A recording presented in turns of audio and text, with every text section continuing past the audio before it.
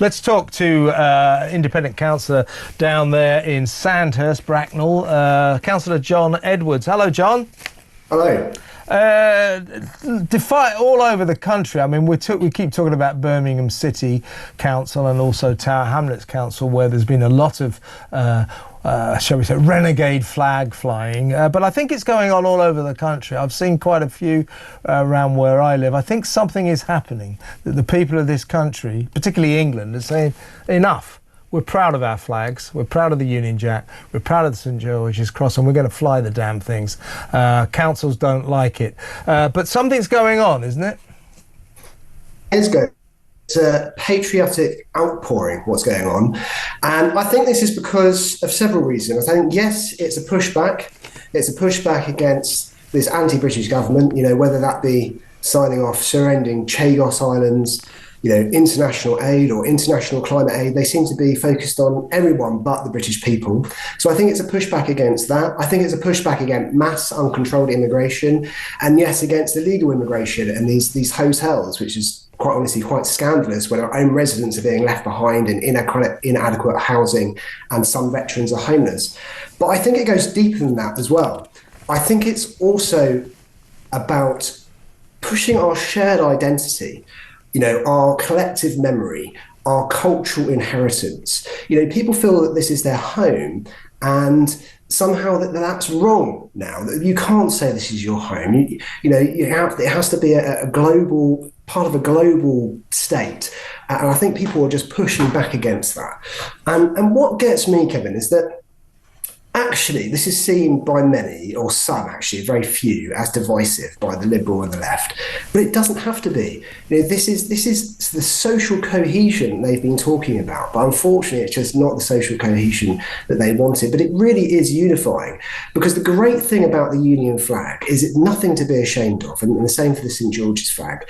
They belong to all of us. They represent equality and freedom and sacrifice. And also, more importantly, is this flag belongs to all of us. It's not the left are normally quite keen on flags, but they're normally keen on flags that divide people into little segregated groups. And I would argue that's what's divisive. An overarching Union flag, which represents all of us, is exactly what we should be doing. It's about unity. It's not divisive at all. But the blatantly obvious spectacle of Birmingham City Council and Tower Hamlets here in East London, going round, ripping down. In Birmingham, hundreds of these flags were put up on lampposts all over the city. Quite a few in Tower Hamlets, and as you and I have both agreed, around the country this is happening a lot. But in those two councils, there they are, ripping down Union Jacks, St George's flags, all over the borough, all over the area, and going straight past Palestinian flags, which continue to fly high with pride.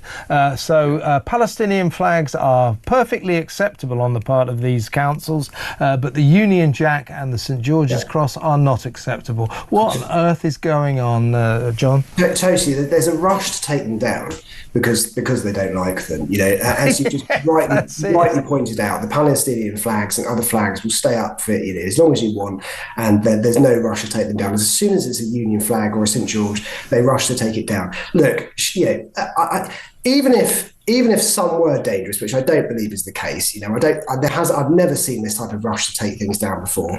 Yes, take those down, but then encourage it. So, for instance, in my council, I put in a motion to fly a permanent Union flag in our memorial park. There's one flagpole at the moment, and it switches between sort of green flags and other flags. So I said, no, actually, this is great. If people want this, which they clearly do, let's put up a permanent flagpole. And even that attracted the usual suspects, saying it was divisive. I even had someone call me racist for suggesting that we should fly our Union flag. So the double standards are there for everyone to see, and it's here as well. So when I put that post up suggesting this Union flag, the outpouring was so great to see. Residents were so supportive of it in the whole. And then people started posting pictures of their flags. They put them up on their windows, on their balconies. They started putting them up in their gardens.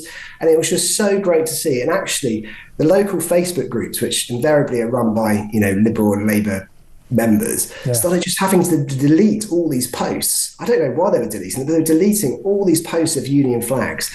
And I think that's the thing that they're divisive, not the actual posting of the flags themselves. You couldn't be more right, John. I think that the people have had enough of this conflation between patriotism, between the love of our flags, of our national flags, and racism, far-right racism. It's just that. It's an incorrect conflation, and it's got to stop. And we need people like you to carry on campaigning. So thank you so much for joining us, John. Let's talk again soon. Excellent councillor there down in Bracknell there, Sanders. Independent councillor John Edwards. Is he right? What do you think about it? It's time to reclaim our flag, isn't it?